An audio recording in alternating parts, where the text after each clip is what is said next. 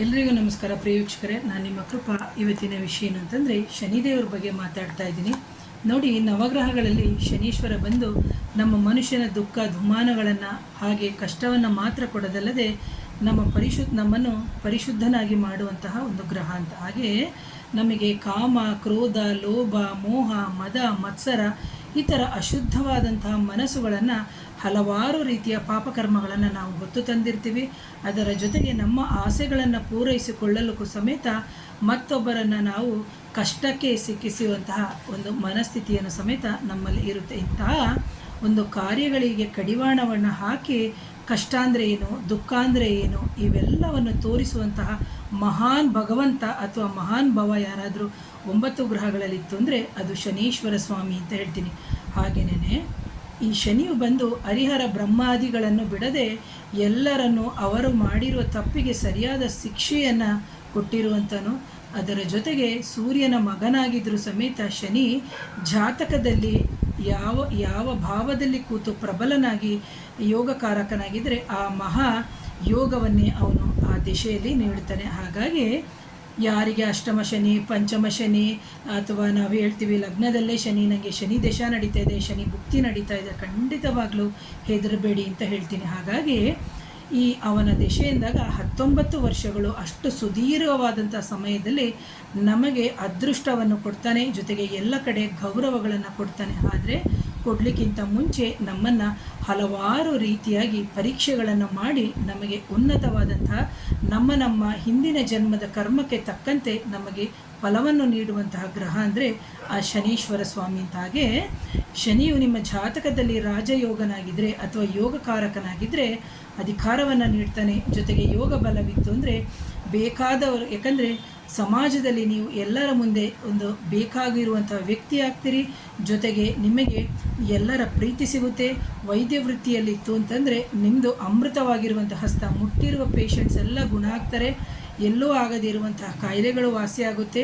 ಅವರು ಬರೀ ನೀರನ್ನಾಗಲಿ ಅಥವಾ ಸಕ್ಕರೆಯನ್ನೇ ನೀಡಲಿ ಅಥವಾ ಬರೀ ಒಂದು ಡಿಸ್ಟಿಲ್ ವಾಟರ್ ಇಂಜೆಕ್ಷನ್ ಕೊಡಲಿ, ಖಂಡಿತವಾಗಲೂ ಅವರಿಗೆ ಕೊಡುವಂಥ ಔಷಧಿಯು ಕಾಯಿಲೆಗಳು ಗುಣ ಆಗುತ್ತೆ. ಯಾಕಂದರೆ ಶನಿಯ ಕೃಪೆ ಇದ್ದರೂ ಸಮೇತ ಎಂತಹ ತೇಜಸ್ವಿ ಪುರುಷನೂ ಸಮೇತ ಆಗ್ತಾರೆ, ಪುರುಷಿಯು ಸಮೇತ ಅಥವಾ ಸ್ತ್ರೀ ಸಮೇತ ಆಗ್ತಾರೆ. ಆದರೆ ಶನಿಯು ಯಾರ ಜಾತಕದಲ್ಲಿ ಅಶುಭ ಸ್ಥಾನಗಳಲ್ಲಿ ಅವನ ದಶಾಭುಕ್ತಿಗಳಲ್ಲಿ ಮನುಷ್ಯನ ಒಂದು ಕರ್ಮದ ಅನುಸಾರವಾಗಿಯೇ ಕೆಲವೆಲ್ಲ ಕೆಲಸ ಮಾಡುವಂಥ. ಹಾಗಾಗಿ ನಮಗೆ ಒಂದು ಶಾರೀರಿಕವಾಗಿರ್ಬೋದು, ಒಂದು ಮಾನಸಿಕ ಸಮಸ್ಯೆಗಳಾಗಿರ್ಬೋದು, ಇವೆಲ್ಲವೂ ಬರುವಂಥದ್ದು ಇರುತ್ತೆ. ಹಾಗಾಗಿ ನೆಮ್ಮದಿಯಿಂದ ನಮಗೆ ಬದುಕು ನಡೆಸಲಿಕ್ಕೆ ಸಾಧ್ಯವಾಗದೇ ಇಲ್ಲ ಅಂತ ತಿಳ್ಕೊಬೇಡಿ.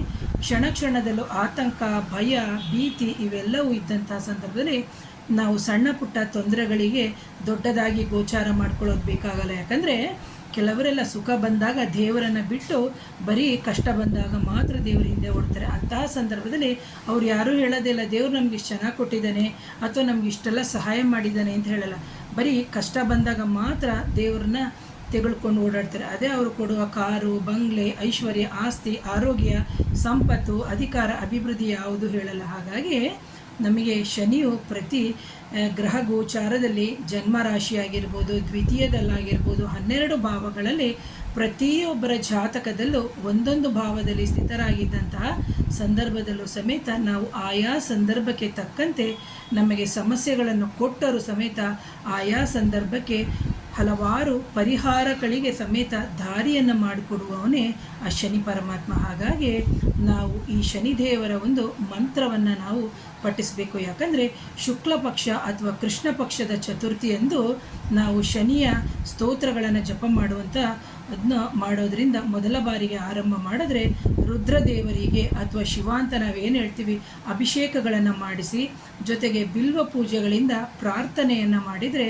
ನಮಗೆ ಖಂಡಿತವಾಗಲೂ ಸಮಸ್ತ ಕಷ್ಟಗಳು ಸಮೇತ ನಮಗೆ ಪರಿಹಾರ ಆಗುತ್ತೆ ಅಂತ ಹೇಳ್ತೀವಿ. ಹಾಗೇನೇ ನಾವು ಇಲ್ಲಿ ಮಂತ್ರ ಬಂದು ಓಂ ಐಂ ರೀಂ ಶ್ರೀಂ ಶನೀಶ್ವರಾಯ ನಮಃ, ಓಂ ಐಂ ರೀಂ ಶ್ರೀಂ ಶನೀಶ್ವರಾಯ ನಮಃ ಅಂತ ಹೇಳಿಬಿಟ್ಟು ನಾವು ಶುಕ್ಲ ಪಕ್ಷ ಅಥವಾ ಕೃಷ್ಣ ಪಕ್ಷ ಅಂದರೆ ಅಮಾವಾಸ್ಯೆ ಮುಗಿದ ಮೇಲೆ ಮತ್ತು ಅಮಾವಾಸ್ಯೆಗಿಂತ ಅಂದರೆ ಮತ್ತು ಹುಣ್ಣಿಮೆ ಮತ್ತು ಅಮಾವಾಸ್ಯೆಗಳಲ್ಲಿ ಚತುರ್ಥಿ ಬರುತ್ತಲ್ಲ ನಮಗೆ, ಆ ಚತುರ್ಥಿಯಂದು ನಾವು ಆರಂಭ ಮಾಡಿದ್ರೆ ಖಂಡಿತವಾಗಲೂ ನಮಗೆ ಒಳ್ಳೆಯದೇ ಆಗುತ್ತೆ ಅಂತ ಹೇಳ್ತೀನಿ ಪ್ರಿಯಕ್ಷಕರು. ಹಾಗಾಗಿ ಯಾರು ಆ ಶನಿ ಪರಮಾತ್ಮನಿಗೆ ಬೈಯದೆ ಅದರ ಜೊತೆಗೆ ಅವನು ಕೊಡುವಂತಹ ಲಾಭಗಳನ್ನು, ಜೊತೆಗೆ ಪ್ರಪಂಚ ಅಂದ್ರೇನು, ಗಂಡ ಅಂದ್ರೇನು, ಹೆಂಡತಿ ಅಂದ್ರೇನು, ಮಕ್ಕಳು ಅಂದ್ರೇನು, ಸಮಾಜ ಅಂದ್ರೇನು, ನಮ್ಮ ಆರೋಗ್ಯ ಅಂದ್ರೇನು, ನಮ್ಮ ಅಧಿಕಾರ ಅಂದ್ರೇನು, ನಮ್ಮ ಅಧಿಕಾರದಲ್ಲಿದ್ದಾಗ ಯಾರಿದ್ದಾರೆ ಯಾರಿಲ್ಲ, ಇವೆಲ್ಲವನ್ನು ತೋರಿಸುವಂತಹ ಸ್ವಾಮಿಯೇ ಆ ಶನೀಶ್ವರ ಸ್ವಾಮಿ. ಅವನ ಈ ಮಂತ್ರವನ್ನು ಪಠನೆಯನ್ನು ಮಾಡೋದ್ರಿಂದ ಖಂಡಿತವಾಗಲೂ ಶುಭವೇ ಉಂಟಾಗುತ್ತೆ.